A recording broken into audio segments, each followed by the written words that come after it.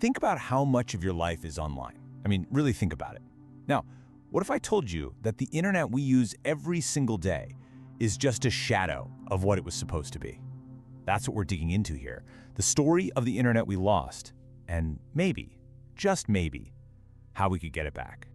I mean, this quote just nails it, doesn't it?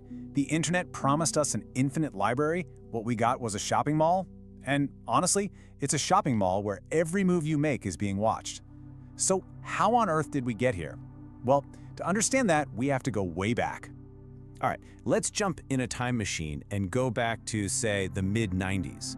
For a lot of us, this was our first taste of the internet, and it felt, I don't know, like discovering a whole new planet. It was this exciting, kind of weird universe that was genuinely built by people, for people.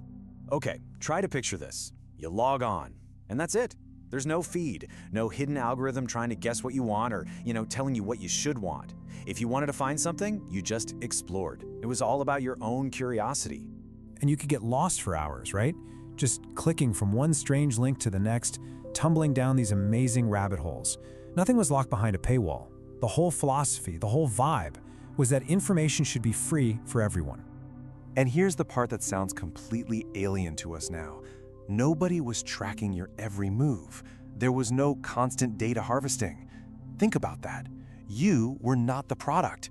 The internet was just a tool, a way for people to connect, not a giant machine designed to watch you. So what was the secret sauce? What made all of that possible? It boils down to one big idea: decentralization. It means nobody owned it. No single company, no government, nobody. There were no gatekeepers. If you wanted to carve out your own little piece of the internet, you just could. And this is what that looked like in practice. Oh man, GeoCities. It was the Wild West for sure. Millions of people just making their own homepages. And yeah, they were messy and chaotic and sometimes spectacularly ugly, but they were ours. They were human. It was just pure, unfiltered creativity. But of course, it didn't last. Slowly, things started to shift. That big, open frontier, people started putting up fences. We hit this critical turning point, the moment our attention became the most valuable thing on the planet. And this right here, this is the pivot. The whole game changed. We went from information wants to be free to your attention is the only currency that matters. The goal wasn't about connecting us anymore, it was about capturing us, keeping our eyeballs glued to the screen for as long as possible. This wasn't some slow, natural evolution. It was a series of deliberate choices. Look at this timeline. 2009 GeoCities shuts down, and poof, millions of those personal, handcrafted pages are just gone, wiped from existence. Then a few years later, Google kills off its RSS reader. Now, that was a simple but powerful tool that let you control your own feed. No algorithm needed. Piece by piece, the open parts of the web were being closed off. And why? What was the motivation? Well, here are $230 billion reasons. That's how much Google makes from advertising in a single year. When human attention is literally worth that much money, the incentive to control it, to mine it, is just overwhelming. So fast forward to today. Where are we now? Well, we're living inside these massive, beautiful, but ultimately closed-off walled gardens. That's the internet we experience now. And I'm not exaggerating. Just look at this. A measly 10 websites get more than 75% of all web traffic. Think about that. That whole sprawling, infinite, decentralized universe has been squeezed down into just a handful of kingdoms. And if you follow the money, it gets even more concentrated. A staggering 80% of all the money made from digital ads goes to just two companies. Two.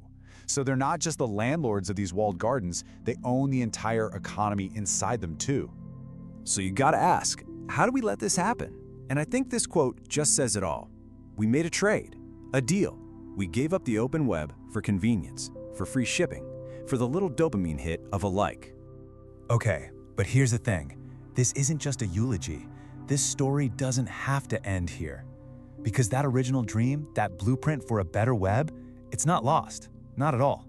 There's actually a real glimmer of hope. I mean, we see proof of it all the time. Wikipedia, this massive global encyclopedia built entirely by volunteers, it still works. Or open source software. The very foundation of most of the internet is built on collaboration. Heck, even good old email is an open system that nobody really owns. The spirit is still there. You just have to know where to look. And that's really the heart of it, isn't it? We never lost the knowledge. We have the tools. We know exactly how to build a more open, more human internet.